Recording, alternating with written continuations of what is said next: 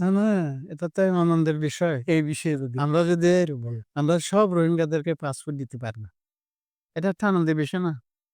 তা এরা আমাদের নাগরিক হয়ে সৌদি আরব যাবে, মালয়েশিয়া যাবে, বিভিন্ন জায়গায় যাবে। তারপর ওখানে চুরি ডাকাতি করবে। আমাদের কথা শোনা। শুধু দর্শক মণ্ডলী, শুরু করছি কক্সবাজারে প্রকাশিত দৈনিক সংবাদপত্রগুলোর পর্যালোচনামূলক অনুষ্ঠান সংবাদপত্রে কক্সবাজার। আজকে আমাদের সাথে অতিথি হিসাবে আছেন বীর মুক্তিযোদ্ধা ফজলুল কাদের চৌধুরী, সম্পাদক রূপালী সৈকত কক্সবাজার। আমাদের অনুষ্ঠানে আপনাকে স্বাগত। ধন্যবাদ নির্মাণ পাল। আমাকে আজকে এই চমৎকার অনুষ্ঠানে দাওয়াত দেওয়ার জন্য। প্রথমেই আমরা দর্শকদেরকে আজকের পত্রিকাগুলোর শিরোনামগুলো পড়ে শোনাচ্ছি।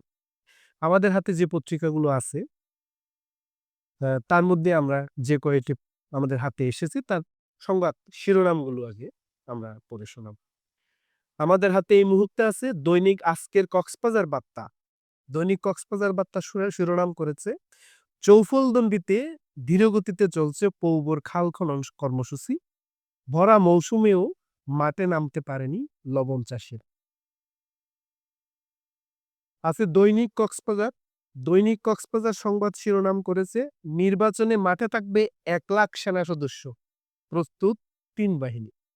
ওরা বক্স করে ছোট করে দ্বিতীয় সংবাদ শিরোনাম করেছে ঢাকা কক্সবাজার সহ 6 রুট বেড়েছে ট্রেনের ভাড়া। আমার হাতে আছে দৈনিক আজকের দেশ বিদেশ। উনারা শিরোনাম করেছে এলিট শ্রেণী ছাড়া সেন্ট মার্টিন যেতে পারছে না ক্ষুব্ধ সাধারণ পর্যটকরা। ব্যয়বহুল সেন্ট মার্টিন ভ্রমণ, ট্রাভেল পাস নিয়ে জড়িত সিন্ডিকেট। সরকারের সিদ্ধান্ত পুনর্বিবেচনার দাবি।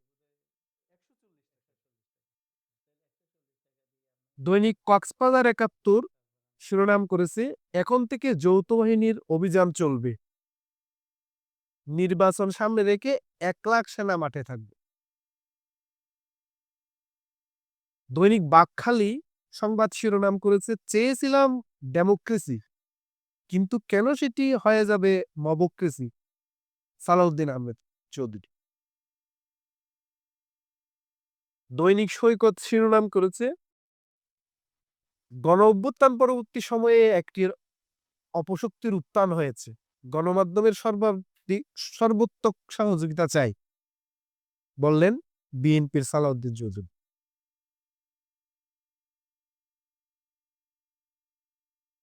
দৈনিক ইনানি তারা শিরোনাম করেছে তারেক রহমানকে ঘিরে বিশেষ নিরাপত্তা বলয়। দৈনিক রূপসী গ্রাম উনারা শিরোনাম করেছে এলএনজি আমদানি বাড়াতে নতুন পাইপলাইন প্রকল্প। আরেকটি বক্স নিউজ করেছে মেডিকেলে সুযোগ পেল ঈদগাঁও আদর্শ বিদ্যালয়ের 4 শিক্ষার্থী। দৈনিক দৈনন্দিন শিরোনাম করেছে সম্পাদক ও গণমাধ্যম ব্যক্তিত্বদের সঙ্গে বিএনপির মত বিনিময়, উস্কানিতে বিএনপিকে ধৈর্যের পরামর্শ। দৈনিক সমুদ্রকণ্ঠ অনিশ্চয়তায় তেল গ্যাস সমুদ্রে তেল গ্যাস সম্ভাবনা।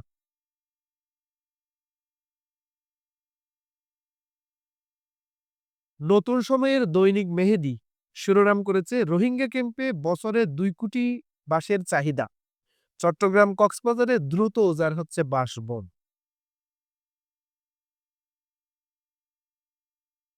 দৈনিক হিমচুরি শিরোনাম করেছে আইন শৃঙ্খলা নিয়ে 3 বাহিনীর প্রধানের সঙ্গে বৈঠক, হার্টলাইনের নির্দেশ ইসির। দৈনিক কক্সবাজার সংবাদ তার শিরোনাম বাংলাদেশ সীমান্তে আরো একটি ঘাঁটি বানাচ্ছে ভারতীয় সেনাবাহিনী। উনারা আরেকটি চমৎকার সংবাদকে শিরোনাম করেছে দেশে প্রথম ক্যাশলেস জেলা হতে যাচ্ছে কক্সবাজার জেলা।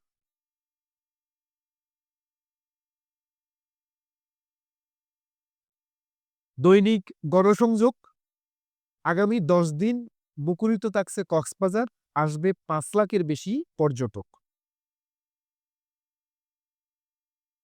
দৈনিক আজকের কক্সবাজার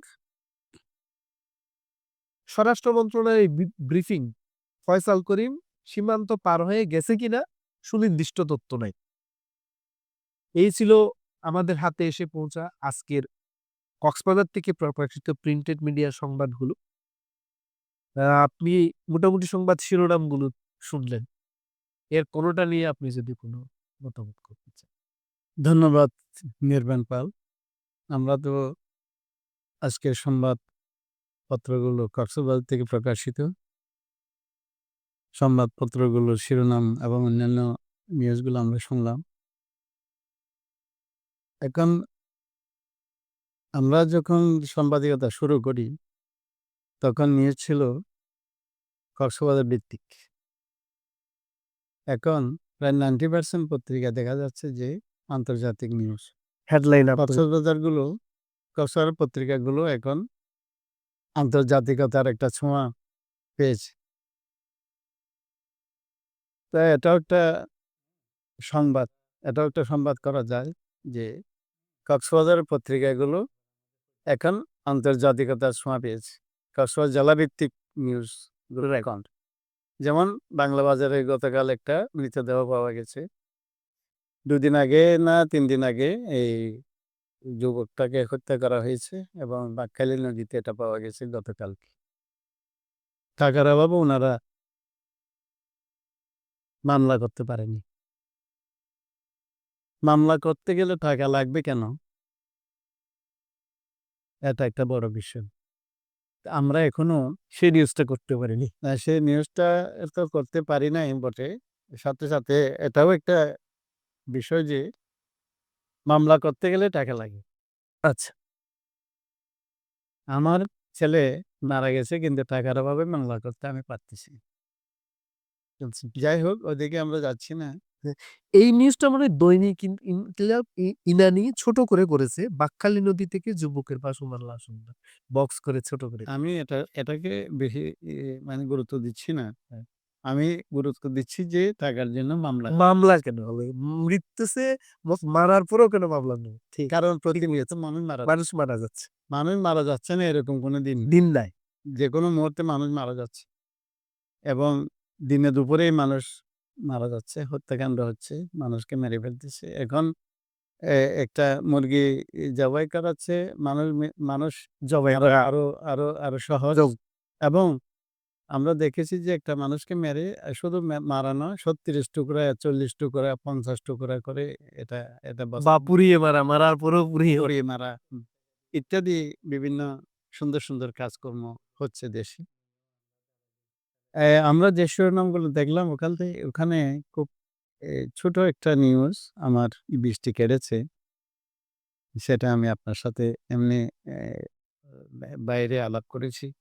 সেটা হচ্ছে যে একটা চাকমা যুবক পাহাড়ে অপহৃত হয়েছিল সন্ত্রাসীদের দ্বারা। উনি কৌশলে পালিয়ে এসেছেন। আমাদের টেকনাফ এবং উখি উপজেলার ওদিকে পাহাড়ের মধ্যে অনেক সন্ত্রাসীদের আস্তানা রয়েছে। ওখানে আইনশৃঙ্খলা বাহিনী অনেক এ অস্ত্র উদ্ধার করেছে। কিন্তু মানুষ ধরতে পারেননি। মানুষগুলো ধরা ছোঁয়ার বাইরে। কারণ ওনারা জিন ফেরেস্তার মতো। মানুষ না, মানুষ না, জিন ফেরেস্তার মতো। ওনারা যেকোনো সময় যেকোনো লোককে অপহরণ করতে পারে। তাদের সে ক্ষমতা আছে। এবং একজন লোকের পেছনে ২-৩ লাখ টাকা দিলে ওনারা আবার অক্ষত অবস্থায় ফেরত আসতে পারে। এরকম এ সুন্দর, সুন্দর কাহিনী কিন্তু আমরা প্রতিনিয়ত পত্রিকায় আসে না। কিন্তু আমরা দেখতেছি, ঘটতেছে। অনলাইনে আমরা দেখতেছি এবং ফেসবুকেও দেখতেছি। ওইটা নিয়ে আবার দরদামও হয়। দরদামও হয়। ২ লাখ টাকা কমে ২০,০০০ টাকা পর্যন্ত এসে পৌঁছায়, ৫০ টাকা হয়। সেরকম হয়। এটা মানে একটা পণ্যের মতো। পণ্যের মতো। ৯,০০০ কুকুর বিড়ালকে জলাতঙ্ক টিকা দেবে চকরিয়া স্বাস্থ্যকেন্দ্র। আচ্ছা। নিশ্চয়ই অন্যান্য জেলাগুলো এবং শহরেও এরকম এ টিকার ব্যবস্থা হচ্ছে। আগে আমরা দেখতাম যে নির্মমভাবে কুকুরগুলো মেরে ফেলা হতো।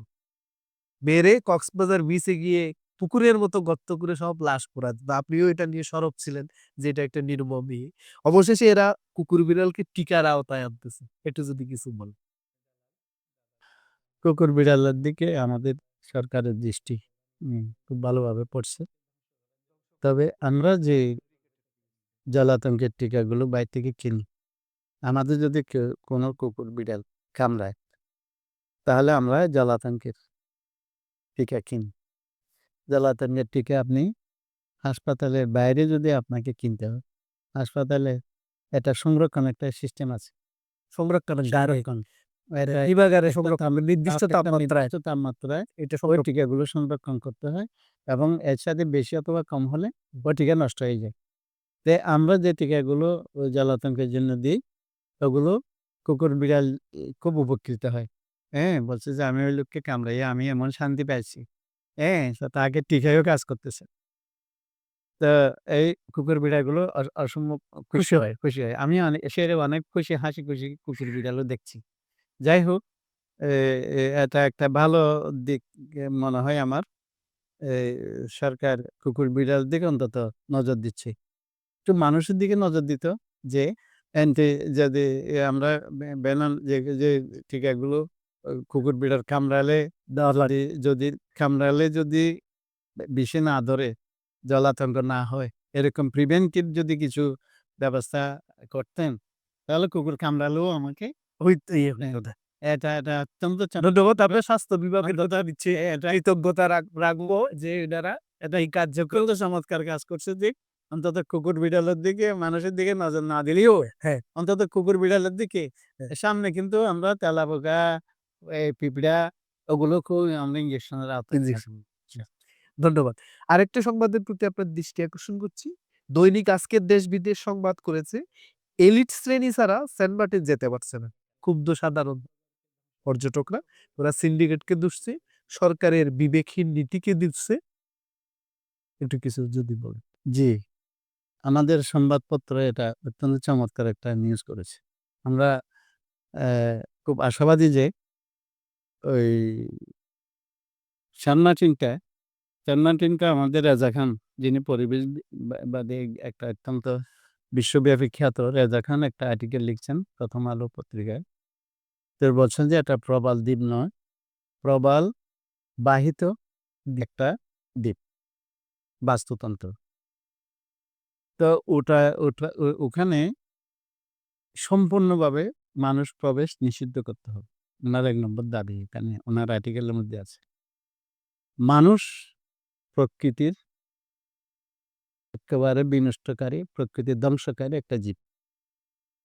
মানুষ মানুষ মানুষ এই সেন্ট মার্টিনটাকে প্রায় ধ্বংস করে মুমূর্ষু করে ফেলছে। মুমূর্ষু করা মানে মুমূর্ষু শব্দটা কিন্তু পরিবেশ বিভাগ আমাদেরকে একটা মিটিংয়ে ডাকছিলেন। ওখানে শব্দ দিয়েছিলেন মুমূর্ষু হয়ে গেছে। পরিবেশ মুমূর্ষু মানে ওই সেন্ট মার্টিন এখন আইসিইউতে আছে। মরণাপন্ন। হ্যাঁ, যেকোনো মুহূর্তে আমরা সেন্ট মার্টিনকে হারিয়ে ফেলতে পারি। তো ওখানে যে ২,০০০ মানুষই যাতে যাওয়ার জন্য দিয়েছে, কারণ হচ্ছে জাহাজ কোম্পানিগুলো এখানে তাদের দালালেরা আছে। অসম্ভব হতাশ যে নিউজটা হয়েছে। মনে হচ্ছে যে এখানে সেন্ট মার্টিন না গেলে আমরা ইন্তেকাল ফরমাবো এবং আমাদের শীঘ্রই কবর দেওয়া হবে। তো এরকম যেমন সেন্ট মার্টিনে যাওয়াটাই হচ্ছে আমাদের পবিত্র গ্রন্থগুলোতে লেখা আছে। সেন্ট মার্টিন যেতেই হবে। না গিয়ে কোনো উপায় নেই। এমন হতাশ হয়েছে যে শুধুমাত্র ধনী ব্যক্তিরা ছাড়া ওখানে গরিবের কোনো জায়গা নেই। সর্বশেষ দৈনন্দিন তারা একটা বক্স নিউজ করেছে। আরো ১৮১ রোহিঙ্গা পেল বাংলাদেশি ই-পাসপোর্ট। ই-পাসপোর্ট। আরো ১৮১ জন ধরা পড়েছে বাংলাদেশে, যারা ই-পাসপোর্ট করে ফেলেছে। কোথায় ধরা পড়ছে এখানে? মানে সার্ভারে ধরা পড়েছে আরকি। আচ্ছা। ওরা দৈনন্দিন পত্রিকায় এই যে এখনো রোহিঙ্গারা বাংলাদেশে পাসপোর্ট করে ফেলতে পারতেছে, সক্ষম হচ্ছে। না, এটা তো আনন্দের বিষয়। এই বিষয়ে যদি আমরা যদি একটু বলেন। আমরা সব রোহিঙ্গাদেরকে পাসপোর্ট দিতে পারি না। এটা একটা আনন্দের বিষয় না? তা এরা আমাদের নাগরিক হয়ে সৌদি আরব যাবে, মালয়েশিয়া যাবে, বিভিন্ন জায়গায় যাবে। তারপর ওখানে চুরি ডাকাতি করবে। আমাদের কত সুনাম। বহির্বিশ্বে আমাদের সুনাম ছড়িয়ে বে বে বে বে বে হয়ে যাবে। আমরা এমন জাতি, আমরা এমন অফিসার, এমন লোকজন। হুম। আমরা যে জাতি পৃথিবীর ইতিহাসে নাই। এমন জাতি যে সিরাজউদ্দৌলাকে হত্যা করে আমরা লর্ড ক্লাইভ একটা কোম্পানির ম্যানেজারকে আমরা এই দেশটা দিয়ে ফেলেছিলাম। আমাদের তিব্বত কোম্পানি আছে না? এই প্রাণ কোম্পানি। এরকম একটা company east India river company company প্রধানকে আমরা দেশ থেকে ২০০ বছরের জন্য আমরা তুলে দিয়েছিলাম। রাইট। হ্যাঁ, লর্ড ক্লাইভ নিজেই বলছে যে হ্যাঁ। হ্যাঁ, যে, যে আমরা যখন রক্তাক্ত সিরাজউদ্দৌলার লাশ নিয়ে যাচ্ছিলাম, তখন যদি একেকটা ঢিলও মারতো আমরা কিন্তু ভারত থেকে পালিয়ে যেতে হতো আমার। হ্যাঁ? কিন্তু ওরা হাততালি দিচ্ছিল এবং হাসতেছিল। তো এই জাতি আমরা। এই জাতি রোহিঙ্গাদেরকে যে এতদিনের মধ্যে ১৮১ টা পাসপোর্টের দিল। এবং এই ১৮০ পাসপোর্ট যাদের হাত দিয়ে হইল, যেই চেয়ারম্যান এটা সত্যায়ন করছে, যেই মেম্বার সত্যায়ন করছে, যেই নির্বাচনী কর্মকর্তা এটা অ্যাপ্রুভ করছেন তাদের শাস্তি হচ্ছে। প্রাণের শাস্তি হবে। তাদেরকে ফুলের মালা দেওয়া দরকার। হ্যাঁ? এ এ এরা যে ৫০ লাখ রোহিঙ্গাকে দেয় নাই, এটা তো একটা বিরাট অন্যায় কাজ। বিরাট অন্যায় কাজ করে ফেলছে।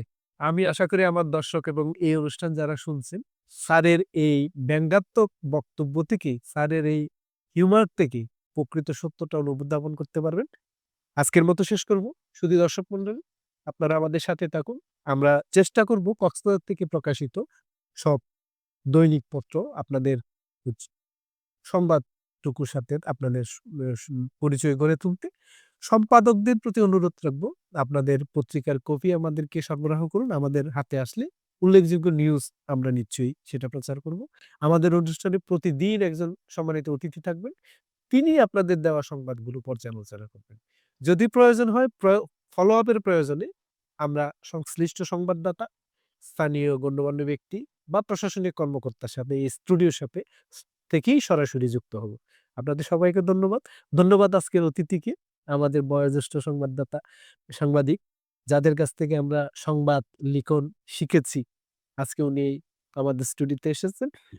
আমাদেরকে ধন্য করেছেন আমাদের পরিবার পরিবার থেকে উনাকে অনেক, অনেক ধন্যবাদ এবং শুভকামনা। আপনাকেও অনেক ধন্যবাদ। আমরা একটা সুন্দর সময় কাটালাম।